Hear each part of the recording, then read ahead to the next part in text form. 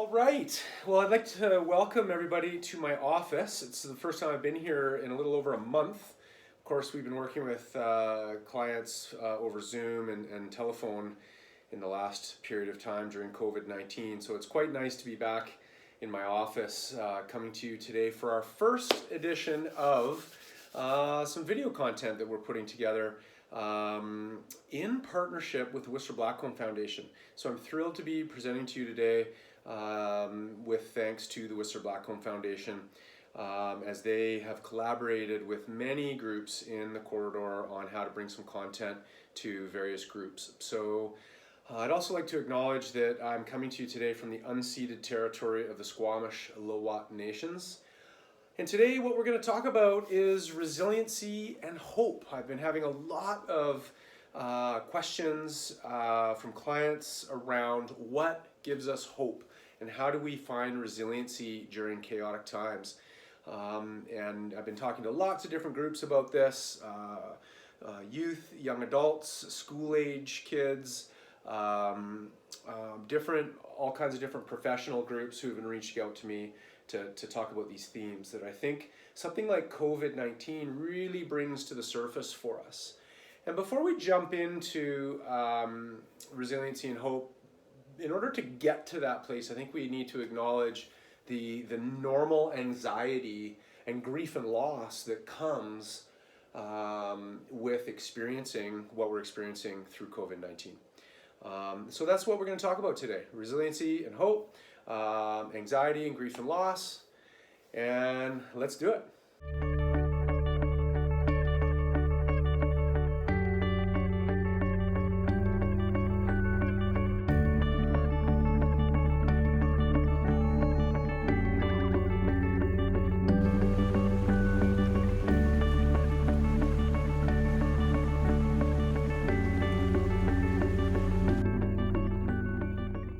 I need to have a little disclaimer actually before I jump in here, and for those of you who've met me before, maybe you'll know this about me a little bit, but I figured it would be a useful precursor to what we talk about today, and that's a bit of a philosophical lens that I happen to look through as I approach life on a personal level. And this philosophical lens, I think, really comes into stark contrast, or really becomes useful when we're dealing with something like COVID. Because COVID forces us to face a few uncomfortable truths that being a human being comes with, right?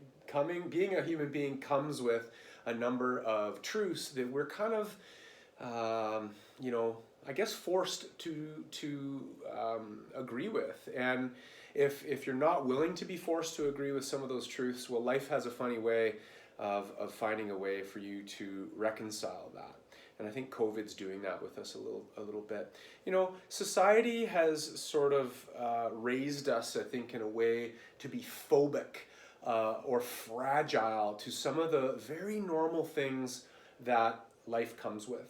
And I think maybe we'd all agree that the way the world was going in the last, 5 years, 10 years, 25 years, sort of careening towards a cliff for a little while here on many levels, economically perhaps, and environmentally, and certainly socially from a social justice lens. I firmly believe that. And so COVID-19 has forced us to reconcile some of these truths and actually face our fragility a little bit, whether that's our fragility through our economies or our household economies, or our fragility with our families. And so I'm really kind of working with this concept lately of something that I call actually anti-fragile. So it's the opposite of being fragile. And the uncomfortable truth is actually expecting chaos in our lives.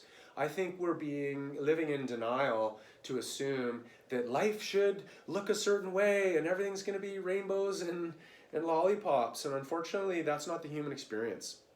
And COVID-19 brings that into stark contrast for us.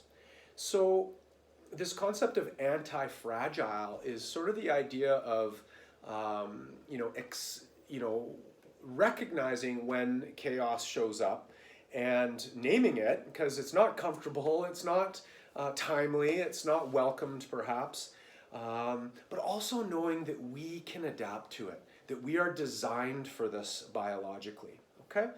And I think this really follows, philosophical lens really follows a particular theoretical orientation to chaos, and that's sort of accepting that chaos kind of looks like this, where there's this birthing, this rise to greatness, this plateau where the greatness is enjoyed, but then a very predictable, slow burn, fiery, chaotic, and us humans, we tend to dramatize that a little bit, and that's the death, right? And the death is sometimes literal. These flowers one day will die, and sometimes it's figurative in that our laundry's messy again and we have a bunch of work to do to fix it, right?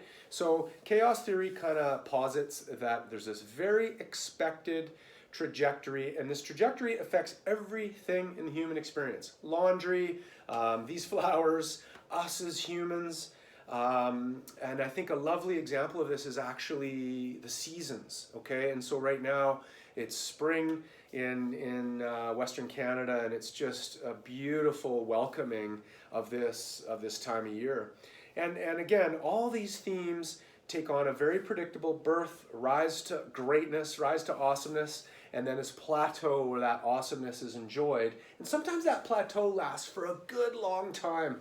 And the research on this tells us that a good long time might be like 5 years. That's a good long time where we get to enjoy the fruits of whatever opportunity life is bringing us. But expectedly, and it might be a good long time that plateau enjoys. It might be a very brief bit of time that plateau enjoys. But expectedly, there's a very predictable slow decline, sometimes a rapid decline when trauma shows up, and a crash burn experience. And my question to the viewers is to sort of be curious as to what follows that pattern. What follows that pattern of growth, plateau where awesomeness is enjoyed, slow decline, crash burn, fiery death? What follows that? So those of you who are tuned into this or that it's new to you, you're probably tuned in to the fact that it's rebirth, right? When I talk about the seasons, I'm being really moved right now by spring because it is the rebirth, right? The flowers are popping out of the earth. The birds are back. They're noisy at 5:30 in the morning. And when I hear that, my heart races with joy because I kind of get the sense that everything is going to be okay.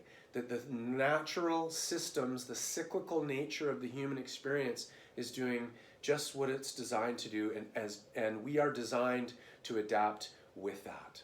So that's a little snapshot into Greg's philosophical lens of some of this stuff. And if you're interested more, I recommend a bit of a deep dive, or not so deep dive into Stoicism.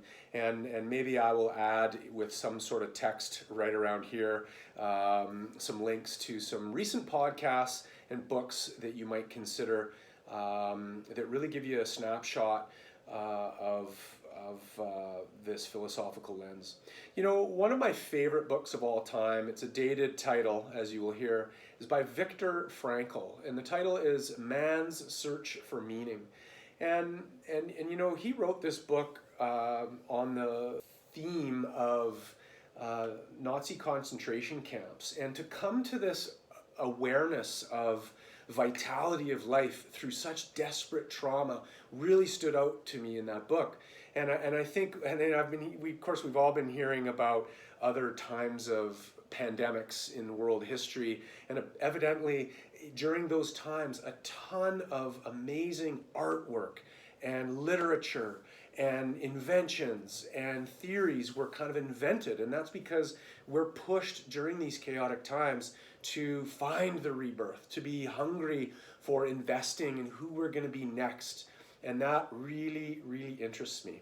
So that's Greg's philosophical lens as we jump into talking about resiliency and hope today. I hope that kind of gives you a sense of where I'm coming from, perhaps philosophically, when we take a look at some psychological strategies that might help us out. All right, so with the changes that we've all been asked to digest with COVID-19, for many of us, that's a change in our employment, a change in our household economy, a change in how we parent or how we teach our kids, a change in how we take care of ourselves, a change with how we grieve, a change with how we orient our connection to heroes, a change with how we travel, a change with many, many, many deep things. And with that, all those changes, it's going to come with a ton of anxiety. And I think one of the most important things you can take away perhaps from this brief video is to normalize that anxiety. The other thing COVID-19 changes are bringing us is a ton of grief and loss as we experience and witness these changes. And again, a big takeaway that I want you to have is that grief and loss, the implications of the grief and loss and the anxiety that you feel are your body's normal response to abnormal events. Your body's normal response to abnormal events.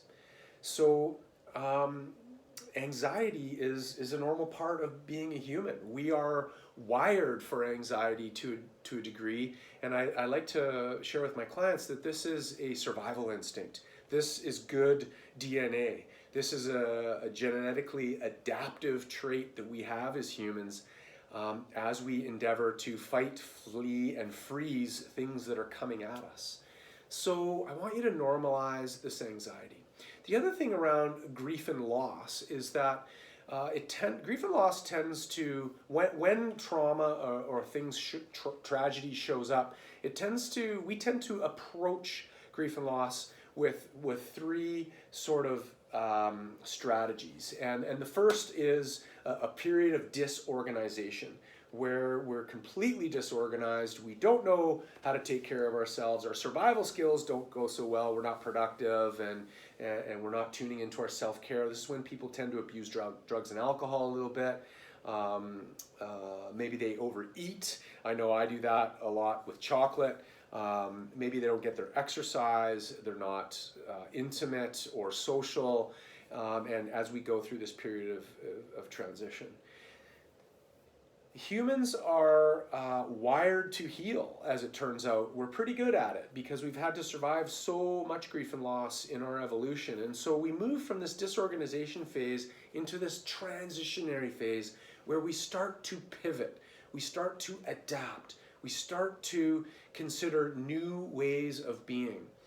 And I think after, 8 weeks here in lockdown by now, and I think there's a lot of pivoting and transitioning happening, and that's a good thing. So I'd like you to take a minute to kind of just think about how you are actually working to pivot and transition with some of the experiences you're having due to COVID right now. From transition phase, humans are pretty well equipped to wire for reorganization. And so that's kind of around the corner for us now. How are we going to reorganize the systems in our life? And I, for one, really think that's empowering, and that's one of the reasons why I love working with people through grief and loss and trauma. It's because I get to participate with people on their road to life enhancement. Now, getting there sometimes comes with a lot of triggers and a lot of implications and a lot of difficult muck that you have to crawl through.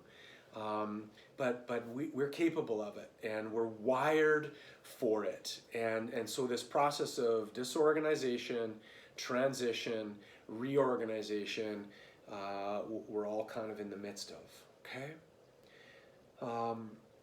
Okay, so with anxiety, many things are going to trigger us here. Whether it's underlying issues that we're dealing with mental health or family of origin issues or grief and loss that's kind of accumulated over time, or a recent loss that's just happened, I think those are natural things that would cause anybody to feel some anxiety. okay? But we have a tendency as humans sometimes to amplify that anxiety with in a couple of ways. Number one way that we do that is we tend to create a narrative or a story about our predicament that sort of is negative, or that sort of futurizes trauma in a way. And so we want to try to avoid futurizing trauma. We want to try to avoid a negative narrative. We want to instead be actually mindful and purposeful about having a narrative that is positive, or a narrative that is full of gratitude. When we're full of gratitude, our cup tends to fill up a little bit. When our narrative is filled with positivity, a funny thing happens, and this is a fairly metaphysical thing, but positive things tend to happen to us. That narrative tends to influence our experience of things. So we want to avoid negative narratives, and we need to be really mindful of that, because if we're not mindful of that, sometimes we're a little bit of a headless horseman, and then our narratives can take off on us like a galloping horse, and it's hard to rein it in. And so I really want everybody out there listening today to be really mindful of their narrative. And if you catch yourself with a distorted, dysfunctional, negative narrative, that's okay. That's kind of comes with being a human. It comes from this prefrontal neocortex here. What I want you to be able to do is catch yourself and then dispute it, or come up with an alternative narrative that really has a positive outlook on what you're experiencing. Okay? So that's the first piece with anxiety, how we as humans tend to amplify anxiety, is we tend to have a negative narrative. And then the second way us humans tend to amplify anxiety is that we tend to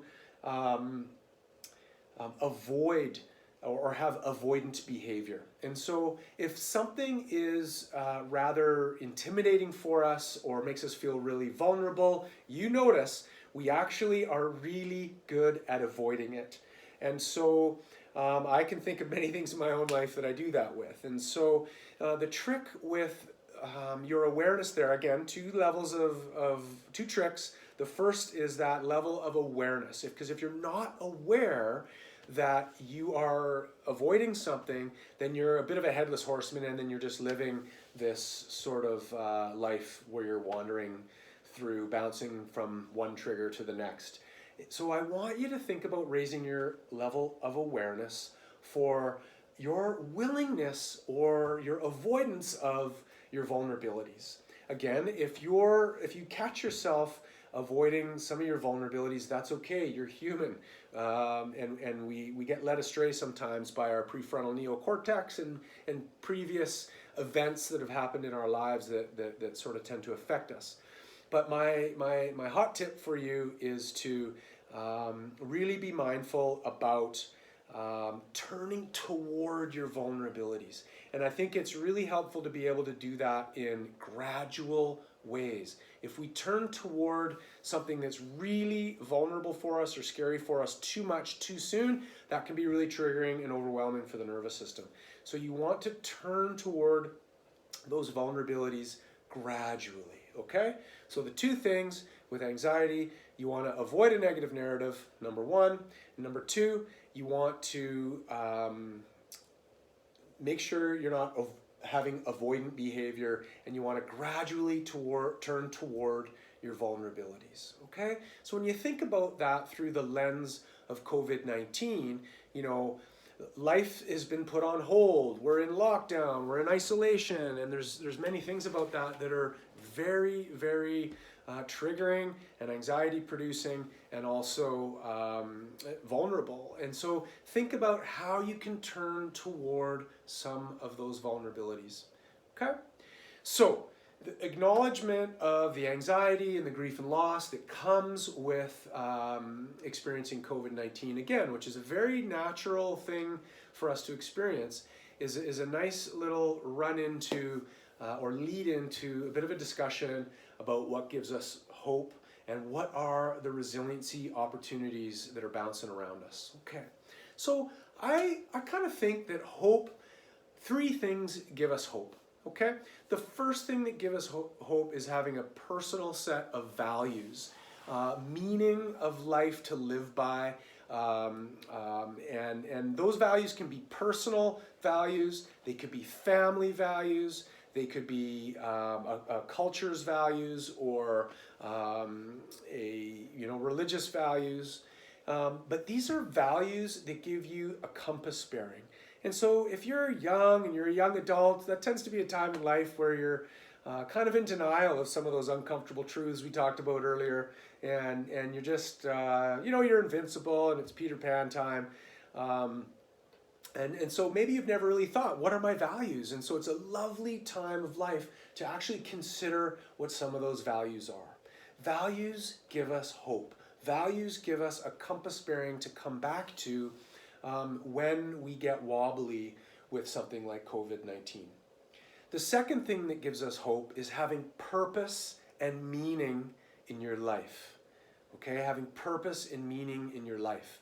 And I'm really inspired by some of the things that I see happening with people through COVID-19, because they're really investing in who they are next. They're trying new careers, they're registering for new courses, they're learning how to knit, how to play ukulele, how to bake bread, and that is a lovely thing. Some magic happens in our nervous system when we're doing those things. They're kind of like moving meditations or moving mindfulness, and the act of learning how to bake the bread actually gets our nervous systems in the here and now, and it distracts us for a little while. It's a very healthy, restful place for the brain to be.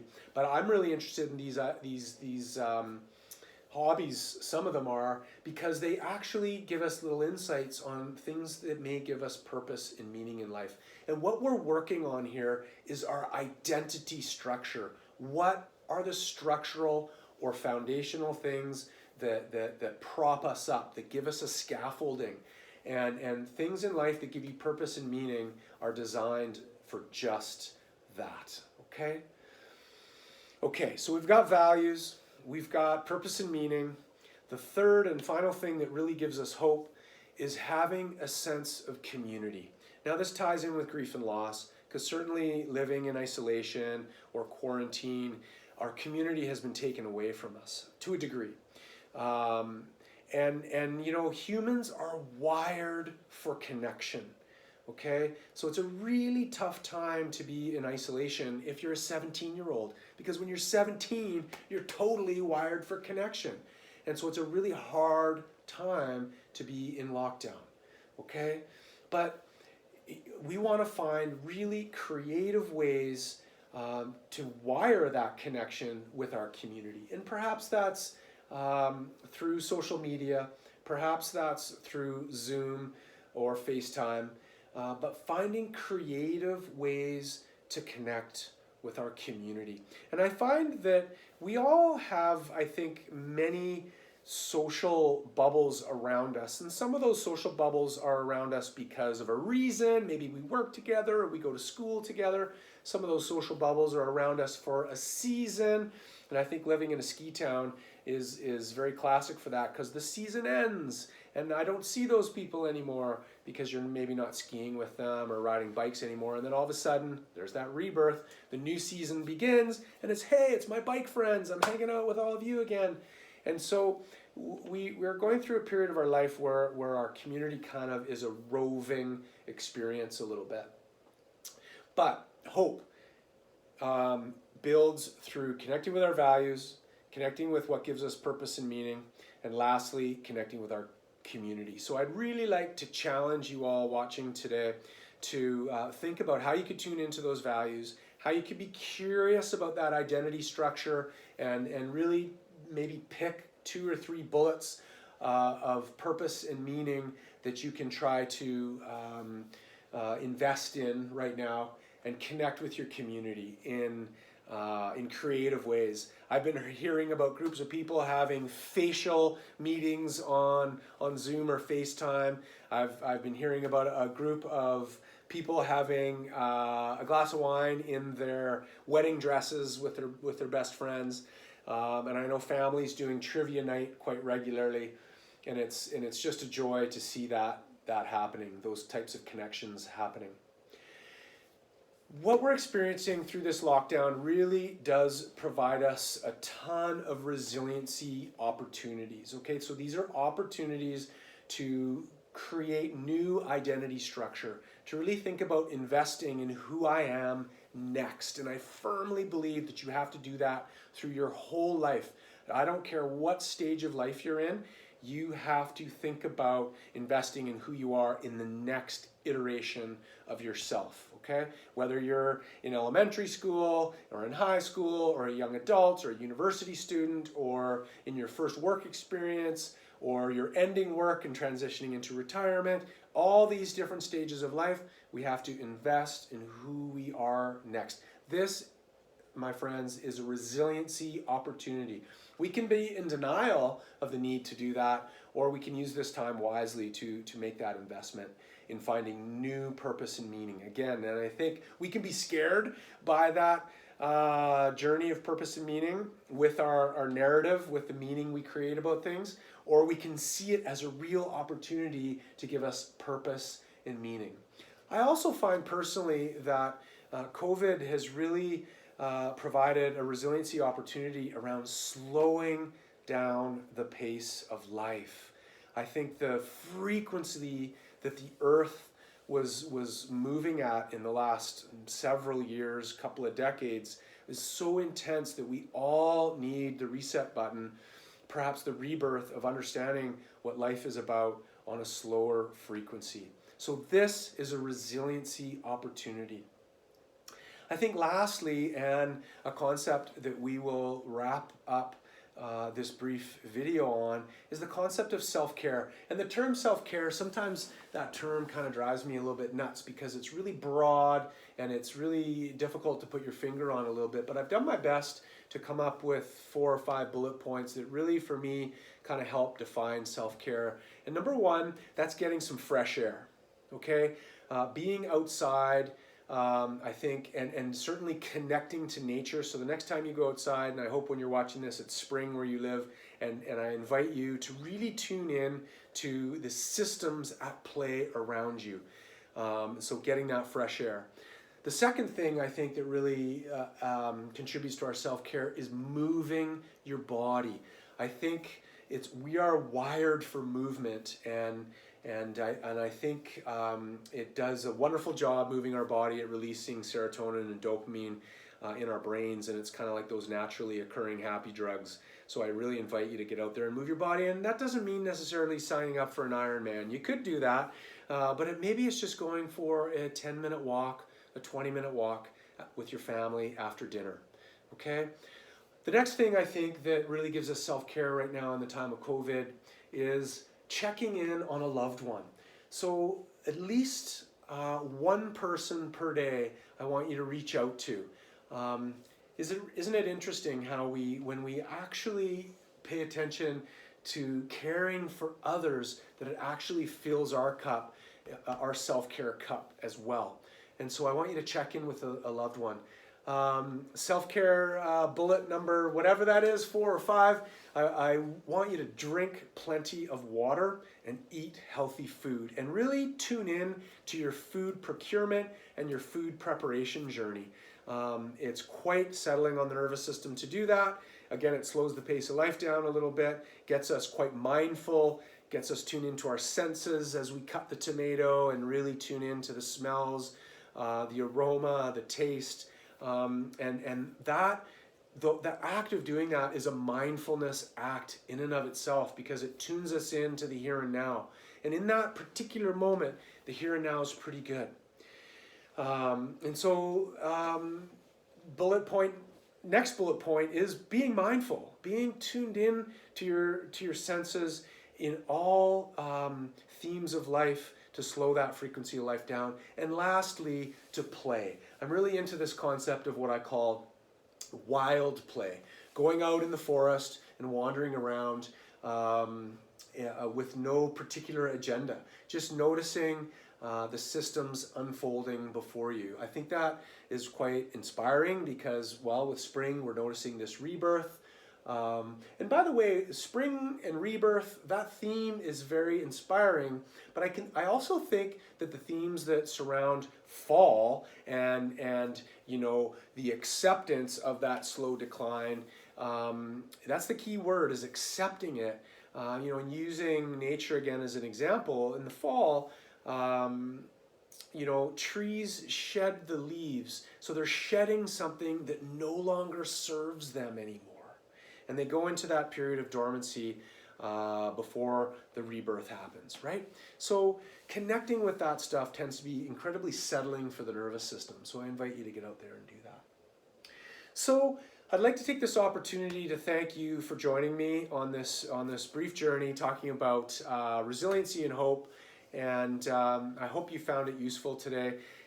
We've covered some wave caps of some I think far-reaching subject matter that I really invite you to tune a little bit more deeply in. And I want to thank you for tuning in. I want to wish you all the best as we move from this transition phase of our grief and loss into the reorganization phase. And I'd certainly invite anyone listening to please feel free to reach out to various services that are listed here on this website, many list of therapists that are available in your area for support. Once again, I'd like to thank the Whistler Blackcomb Foundation for making these videos possible for your groups. And that's it for now. Thanks for tuning in.